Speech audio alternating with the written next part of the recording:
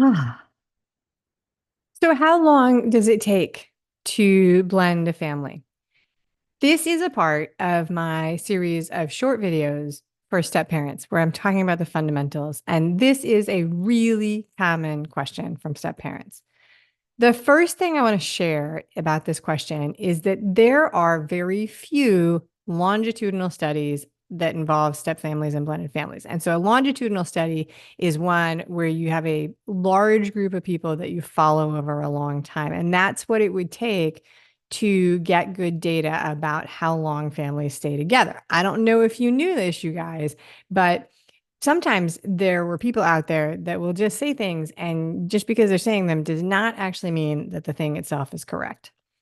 And this lack of longitudinal studies means that there's probably not one singular good statistical or scientific answer to this question, in my opinion.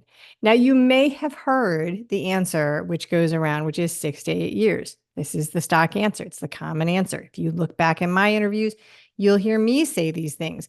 But over the past several years, I have searched for the research that backs this up, and I've only kind of sort of found it. People who give you this answer of 6 to 8 years are, in my opinion, people who are maybe a little uncomfortable with the actual answer, which is probably more like, we don't know, or it depends. So, what would it depend on, right? It would depend on what is your actual situation.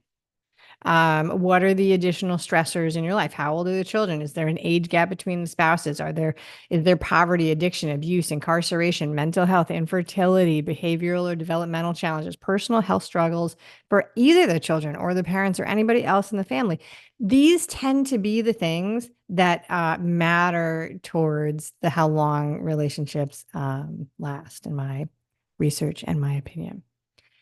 The other thing that's helpful to know about this data is that 6 to 8 years very closely mirrors the data for first marriages. And I just think that's interesting.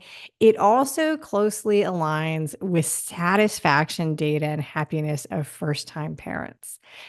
So it may not be wrong, but it just also may not be specific to step parents. One more thing. This question, in my opinion, is really about how long you might need to wait to be happy in your situation, to be happy in your family. So, we're not talking about here waiting 5 or 10 minutes till your home baked cookies come out of the oven so you can enjoy them.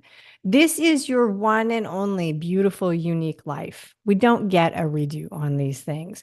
And so I invite you to consider that the most powerful thing that you might be able to do today is to apply some of your good old fashioned personal focus and ingenuity on creating joy and happiness in your life right now.